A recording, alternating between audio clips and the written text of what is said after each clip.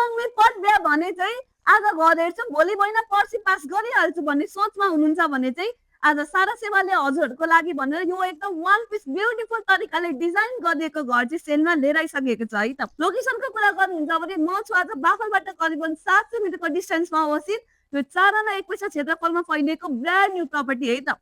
फेसिङको कुरा गर्नुहुन्छ भने साउथ इस्ट फेस गरेको 13 फिट रोड एक्सेस भएको हजुरहरूले पाउन सक्नुहुन्छ।